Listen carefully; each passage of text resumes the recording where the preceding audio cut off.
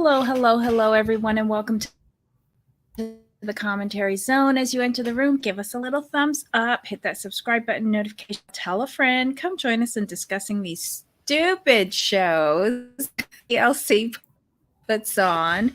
The one we have up today, Seeking Brother Husband, Season 1, Episode 5, Parents Just Don't Understand. And apparently, neither do I as a viewer. Okay, so I'm just gonna be real honest. So I just got done watching this episode, and this sucked. Like, I mean, here's the thing. It wasn't like this was filler. This was just bad episode. Mm-hmm. Because to me, there's a difference. Mm-hmm. There's a difference with filler. I felt, I feel that the filler just moves the story. It's just like that bridge episode. Like, okay, we just need to put Mm-hmm. this here to get from here to Mm-hmm. here, which is, I think those of us who watch reality TV for a long time, we've grown to understand this now. Mm-hmm. This just felt like completely wasted space. Like we didn't really need this. Um, who do you want to start with? Who do you want to start with? It's up to you because this was just a farce all the way around. I agree with you. It was content that either we didn't need or could have been used earlier on to give additional background on one of the couples. The other one, that was a whole farce. I laughed through one of them. Um, I was let down through another, and then I was just left going, huh, with the fourth. It it was a disappointment. Hey, Susan, how you doing? Um, Okay, let's start. You know, who let's you skip want to the most start with? useless. The most useless. Who's Let's get that? Kim. Stupid, dumb. Here's the reason why this was not necessary. And this is just my Mm-hmm. opinion. Mm-hmm. We know that your parents weren't going to accept this. Like you Mm-hmm. said that, like, but we found this out episodes ago. We found out, you know, you're kind of from a small town, very Mm-hmm. religious, blah blah blah. They really Mm-hmm. didn't approve of you, like divorcing or whatever, whatever. Your parents just don't approve of you and your lifestyle. Fine, whatever. We knew this though, and it was nice to meet the brother who supports her. Like that part was good. I like seeing her have support. I'm like, okay, this is good. We get to Mm-hmm. meet the brother. But you go sit up here and pretend that you invited your whole family who doesn't approve of your lifestyle to a weekend in Asheville, and you really think we supposed to like believe they were going to show up? Are you stupid? You could have left that whole thing out. You could just say, "I'm going to invite my brother for the weekend," and left it at that. Honestly, this could have been used at the beginning to give her background Right, more and like context. 5 minutes. Like she talked to, like I didn't even want to see the video chat with the brother. Just No, have him show up with his big old empty suitcase because it was an empty suitcase because he came from around a corner. Um, they were doing the little hot dogs and hamburgers, and he could have said parents aren't showing up, they don't agree with what you're doing, and that would have given us background on episode 1 with her and called it a day. So right, this was the because one that I said what we saw, it could have been used as background information in episode 1. ex- my point exactly. Because when she Yeah, I said agree with you. she invited them, I'm like, huh? What? And then when she opened the doors, they tried to make it a moment. I'm like, Hmm. we're not. We know there ain't nobody there but the brother. We know this, but okay, we'll play along for a moment. And And she he opened the door. came, but here's why I said it was really fake too. He came with that big old suitcase for a weekend and it was empty. Did you see how he lifted it? Yes, I was like, oh my God, he couldn't have come with like a messenger bag. It don't look like he changed his clothes too often. I'm just saying, not trying to be mean, but that suitcase was disproportionate to the length of stay. right. And then she's all like, when she said like, "Oh, just you," I'm like, "Yep, you can go now. You can Yeah. go now." Mm-mm, mm-mm. Didn't fall for it. Wasn't falling for it. You know, she just their whole thing. I mean, we have to have her there because she's like the wife. But like we could just ditch her and just focus on the relationship between Vincent and Dustin. Wait, what did you say? We have to have her there because she's the wife? That's the only, Jamal. that's the only reason she's there. That's the only reason she's there. We could put anyone in her place that we would never notice. But here's my thing. I'm just All saying. right, since you are writing her out of the story, then let's say we're gonna make this so that Dustin and Vincent find love. Right. We're I mean, that's what we're gonna do for this throuple. We're gonna let Kim go off and be with that guy at the roller rink permanently, and Dustin and Vincent will find their forever soulmates yes, together in exactly. each other. There you go. Perfect ending to them. We don't need to see them next week. We don't. We don't. We've already written the script. Get out. I don't Oh care. my Like god. dumb. Like this, and my frustration is that she within her own story to me is not the most interesting character. Mhm. Vincent and Dustin are more interesting because to see I was more interested in Dustin's coaching than Kim. I'm like, do we need her here? Because she's not driving her own storyline. No. You know what I mean? She's not the focus. She's the lead, like I said, she's the least interesting character. I'm more fascinated with Dustin and Vincent. You got Dustin trying to keep Vincent in the fold because they have a great relationship, and then Vincent's going to Dustin for dude, how do I get through this? Blah blah blah blah blah. And that's more intriguing than Kim. Like I said, Kim could be anybody. Kim could be like the checker at Rayleigh's, and we wouldn't know no difference. I'm just saying.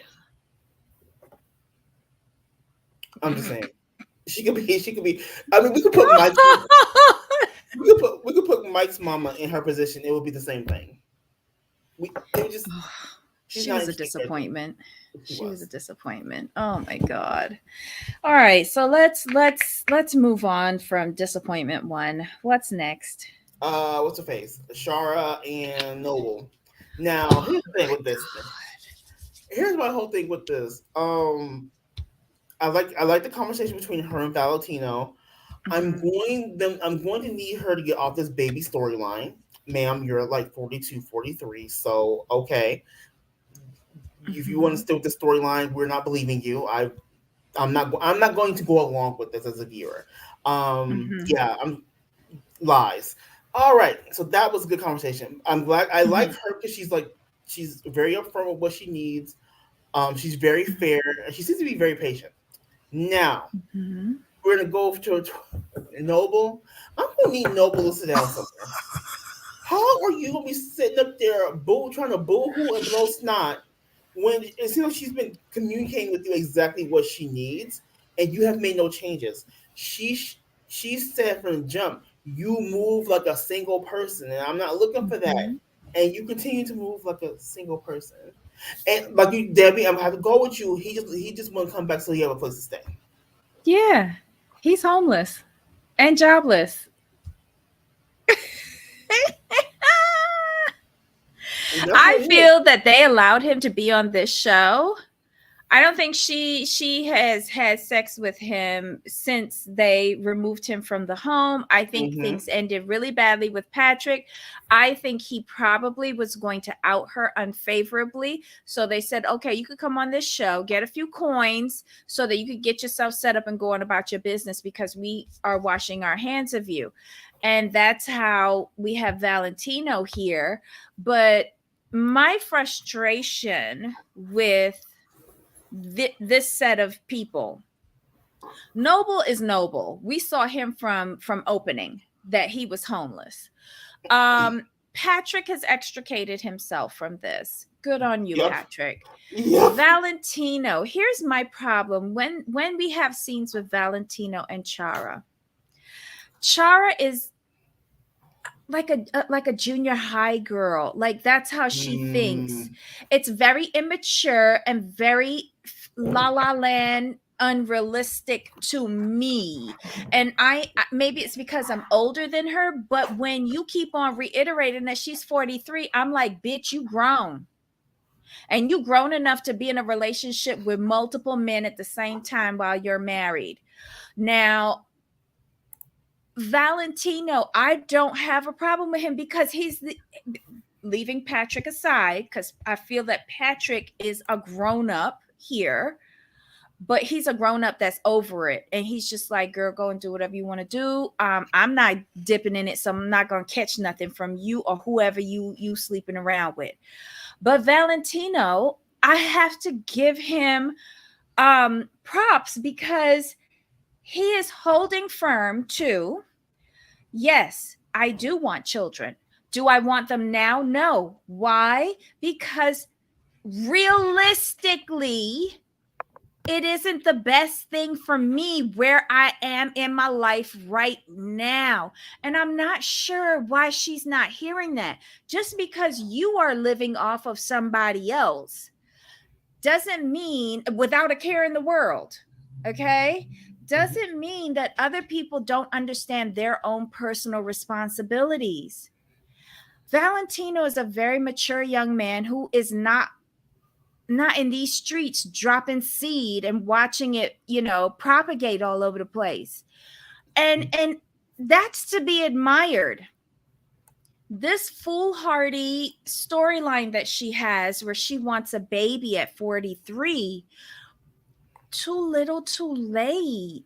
Mm-hmm. I know that from my own personal experience. Too little, too late. Girl.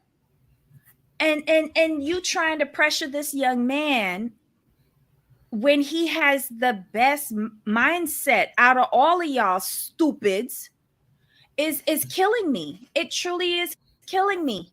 And then her saying that she doesn't want to hurt somebody that she loves with Noble. Girl, you should have been. Who cares at this point whether you hurt him or not? Because he don't care whether he hurt you or not. He just wants to roll up in your basement and in your crutch. That's just how I see that. And that's the thing with her. Is like Valentino. Like Valentino's the most likable person in this group right now, and it's due to his maturity, and he's being very upfront and honest, which kind of tells me like he's been consistent in his delivery and consistent in what he's saying. That just tells me this is a storyline for her. That's all. Let me tell you, I hope he's wrapped up when he's with her. Oh, you know he is. Double time. My God. Oh, yeah, they were annoying. And their storyline to me was just very unbelievable. Exactly. I didn't buy it. Agreed. And I haven't bought it from the beginning. No, I'm not gonna lie. I was with them. I was with them until she talking about she want a baby. Then I saw age 42. I'm like, yep. From the time, hey Ava, from the time they were doing the painting and she was in white pants, and then they told a story about him being in the basement, and Patrick was hearing the knocking and the screaming. I was like, okay, no. Episode 1, I was done with them. All right, so who's next? Let's go to the flop. The flop situation of the show, and that's Elisa, Mike, and Mike's mama. Okay. Wow, that was a letdown. Mama Mike was too calm, and Mike was like, "When will you guys believe me when I say this is what I want?" I'm like, never, because when you start crying. Like, no one believes this is what you want, but I will say they were the flop of the show. But Elisa gave me the highlight though. When they talk about children, he's like, "Well, that's not 100% close," and she looked at him like, "That's not in the script." You see Elisa look up. She was like, "No children." But it's the look when as soon as he said it, like, that's not. And she. But you heard Elisa's mom. Elisa's mom was like, "Yay!" Oh. Yeah. It was lovely. But that's where it went off script when he started saying, Yes. it's not completely off the table for kids. Yes. And she was like, what you said, boy? And that should have been proof to his mom Yes. that she is running things. Oh, you could tell she's running the show. She is running clean over him. Mm-hmm. Yep. Clean over Brian. him. I'm sitting there looking Mm-hmm. like and part of me wants to feel bad for Mike, but then I don't because you put No. yourself in this position. Yep. You knowingly put yourself in this position.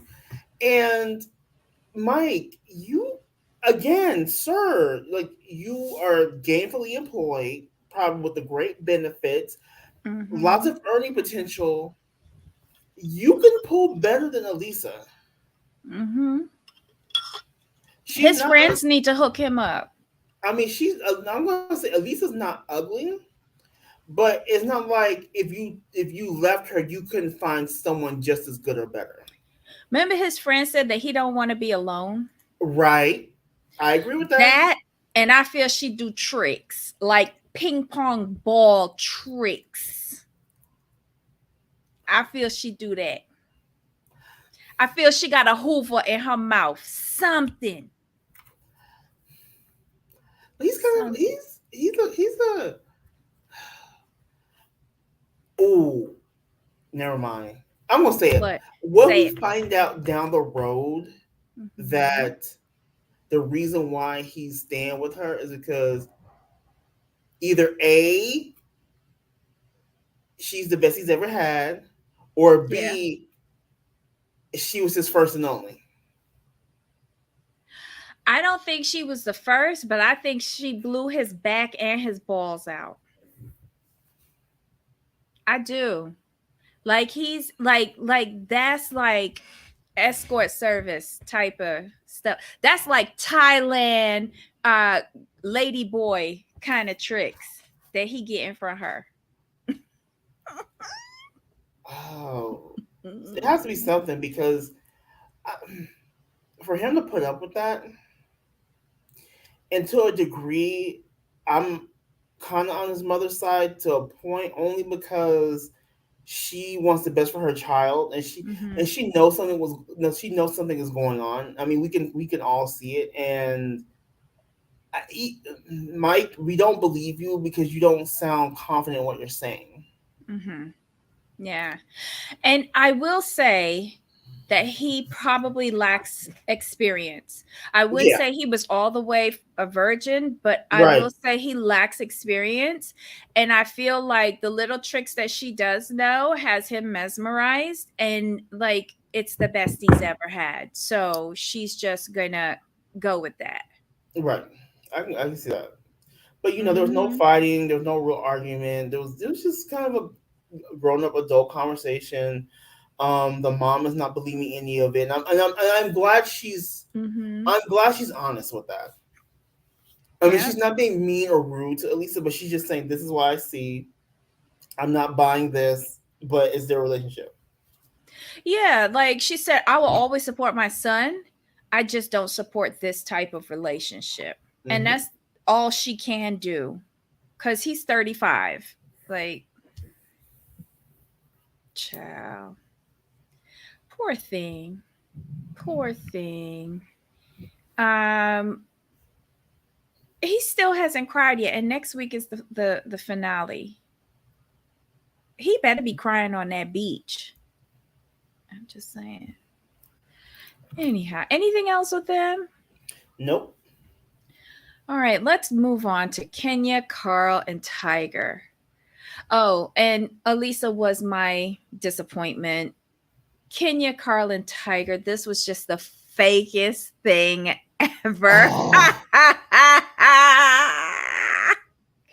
From the epiphany that she had with Carl while picking out bedding for their child's room, Tiger, to walking the dog with Tiger and getting down on bended knee and swearing endless love. Like I told you she was going to have the wedding at the end of the season. right. This is just so dumb. So like I wanted to pay more attention to the dog. Now, I will say the lady at the store was the highlight for me because She was a very good actor. she was asking all the right questions because she had me like, I'm like, ma'am, are you trying to get in on this action too? Like, are you trying to get the notes to see how you get you some brother husbands? No, she good with her two dogs, and that's it. Yeah. When she said that, I'm like, oh, I really thought you was taking notes. No, no, she good with the puppy dogs, and that's it. Okay, so let's break it down into the two scenes, the two major scenes. First with Carl at the home store, whatever. The They bedding place, going in there, whatever. yeah. They going in there and they looking for bedding for Tiger. I found this unbelievable. Like, why are you decorating his room? Is he Right. four? Are you gonna And get him a mobile and lights on the ceiling? I don't know. It was just very juvenile. He a grown man. Don't he work? Can't he buy his own sheets? Not like you go into the room anymore, miss. right, exactly. Mm. But Carl was the highlight. Oh, sorry, we clicked it at the same time. Carl was the highlight of this episode because again, he seems I like to listen to him talk, even though I know it's all nonsense, but he is the fairest. He can see from both sides, and he's not rude or demanding in anything that he says. He's just very clear and succinct, and he sees things from he's an excellent mediator. That's Exactly. all I have to say. I hate how they always have to tell their entire stories to shopkeepers and shock that, yeah, but that's par for the course for these stupid shows. um Ryan says, I don't believe Kenya got on bended knee in the park in that white outfit. I do. She'd do anything to be on TV. She is Cody. Cody Brown part 2. Unbelievable. But what ruined it for me was Kenya's sudden epiphany. Tiger been telling you this for how many episodes? And you only now getting it that Carl told you this? Mm-hmm. And I swear Carl told her this 2 episodes ago as well. Remember when they went to the golfing range? And him and Tiger voiced his concerns about it. And then Carl went back and told Kenya. So she ain't here at Mm-hmm. that time. She only heard it in the bedding store. Right. Get out of here. Get out of here. But she realizes what she's done. She I guess she figures out what she has to do. She takes Tiger for his afternoon walk, probably after she's fed him and burped him, and so now she's, helping his digestion, taking him for a walk with the dog. And she gets down on bended knee in the middle of the park and says that she wants to have a commitment ceremony with him. And I never realized how big his teeth were until this moment. That is what I focused on. How big his teeth were. Oh God, this was mind-numbing watching these two. Carl is the Kenya whisperer. My God. Well, yeah, he really is. But overall, this episode was just a complete dud. Just overall, and then to end it with that, I was just like, are you serious? I thought he was gonna cry. He was so emotional. I think I wrote down my notes. What a bitch. She's like, oh my God. She's like, will you like marry me? Like, yes, of No, course. she was very she worked that. She did not say marriage. She's like, have a commitment ceremony. Kenya is smart.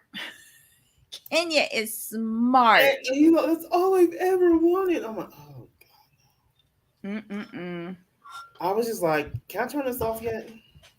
Yes, because we're done. That was the episode, y'all.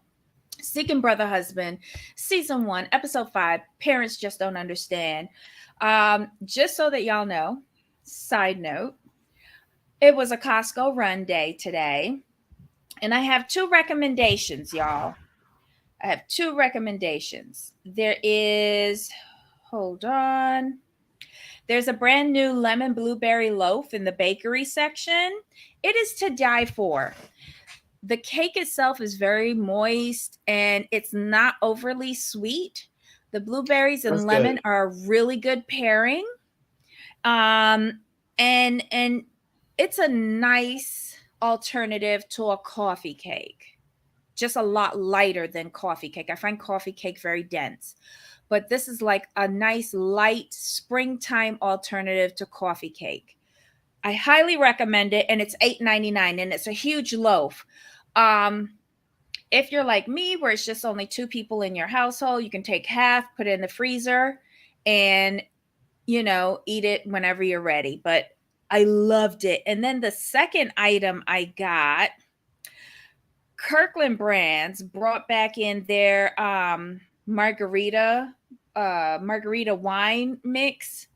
Um, they got a peach flavor now. I usually buy the strawberry, but I tried the peach and I am officially day drinking today. So it's kind of good. So if you're into that, try it. Highly recommend it. That I think it's about $9, if I'm not mistaken. It's about $9. A lot of good sales this month. So head on over if you can. And that's my Costco corner for today. Love it. I thought he was going to jump up and down. I thought he was going to collapse into tears, Ryan. I really did.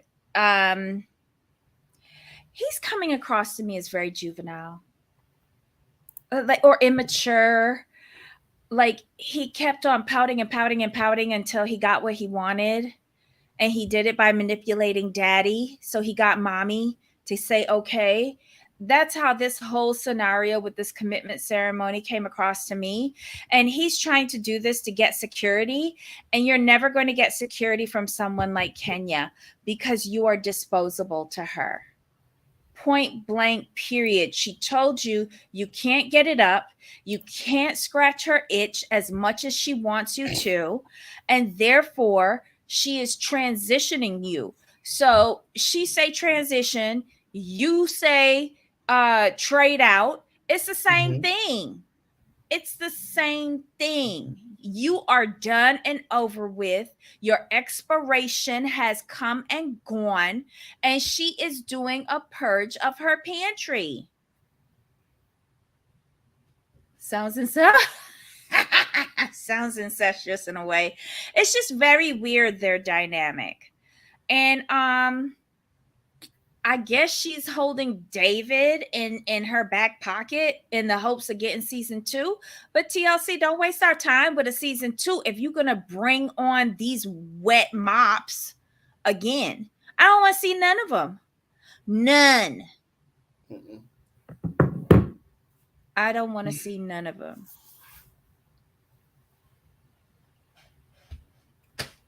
Mm. That's it. The end. I'm done. Same. So Jamal, what are you doing this weekend? Oh, probably casino for filming.